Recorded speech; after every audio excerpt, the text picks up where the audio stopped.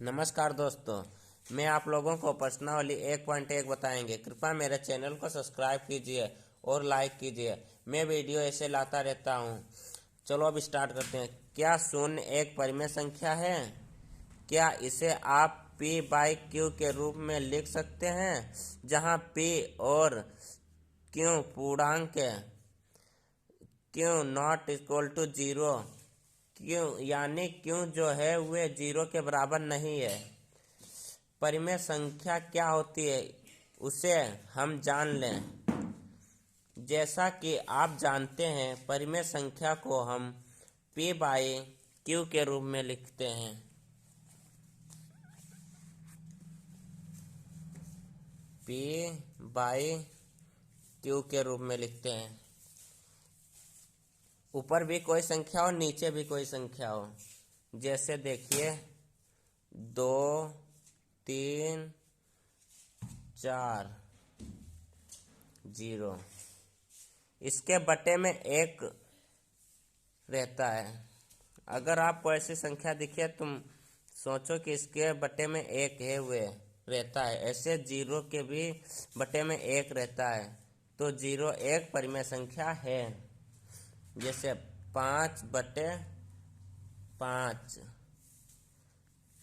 3/7, ये परिमेय संख्याएं हैं।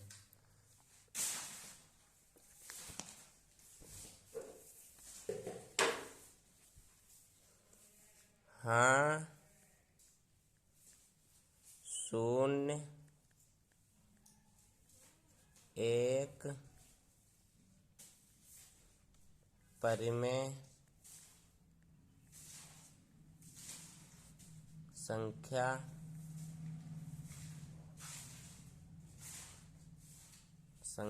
है।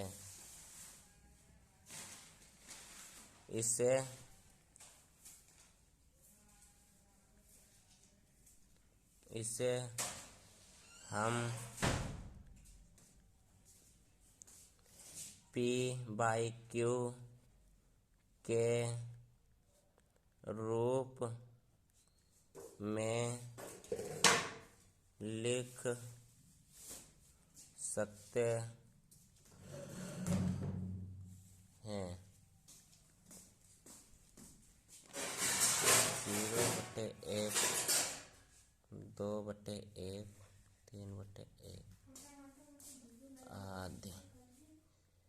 अब दूसरा सवाल देखिए। 3 और 4 के बीच में 6 परिमेय संख्या ज्ञात कीजिए। तो देखिए, इसे निकालने के बहुत फार्मूले होते हैं, लेकिन हम सबसे इजी फार्मूला यहाँ पर यूज करेंगे। 3 और 4 के बीच में 6 परिमेय संख्या ज्ञात कीजिए। 3 और 4 के बीच में 6 परिमेय संख्या ज्ञात करनी। गुणे 6 है तो इसमें 1 जोड़ 2, 7, और ऊपर 7 है तो नीचे भी 7 लिख लीजिए। इसमें भी ऐसा कर दीजिए, 7/7।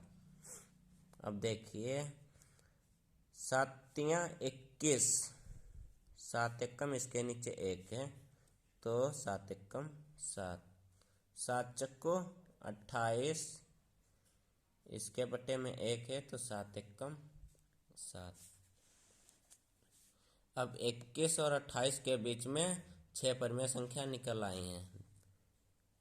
22/7, 23/7, 24/7, 25/7, 26/7। अब तीसरा सवाल देखिए। 27/7। 3/5 और 4/5 के बीच में 6 परिमेय संख्या ज्ञात कीजिए।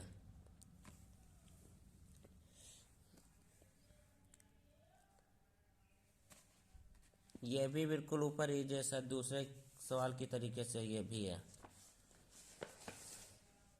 इसमें 3 3/5,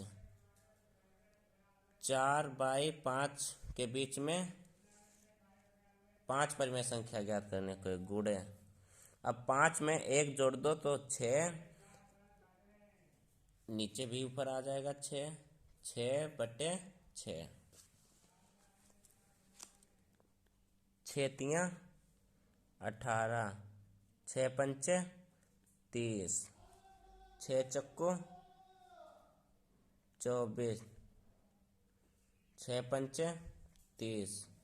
अब 18/30 और 24/30 के बीच में 5 परिमेय संख्या निकल आई हैं। 19/30, 20/30, 21/30, 22/30, 23/30।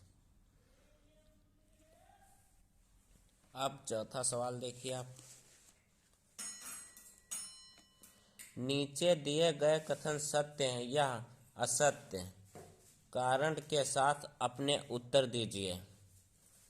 प्रत्येक प्राकृत संख्या एक पूर्ण संख्या होती है। चलो इसे जान लें, यह है सत्य।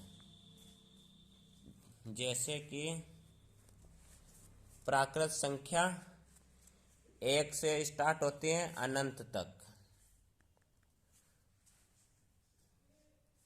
और पूर्ण संख्या ये 0 से स्टार्ट होती है अनंत तक।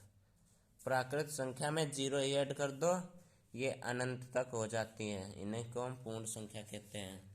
तो ये सत्य है।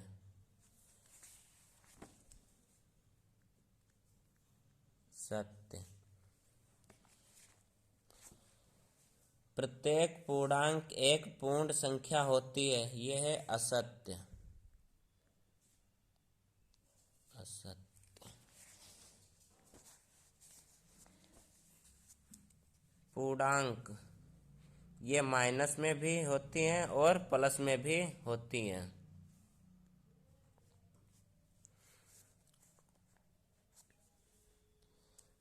पूर्णांक संख्या हमेशा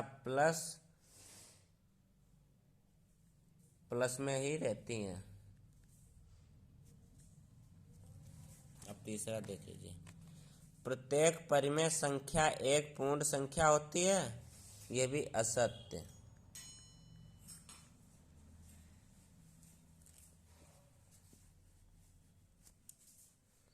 परिमेय संख्या 3/5, 4/5। पूर्णांक अनंत तक होती है।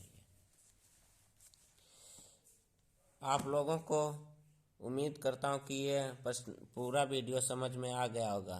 प्रश्नावली 1.1 आसान हो गई होगी। कृपया मेरे चैनल को सब्सक्राइब कीजिए।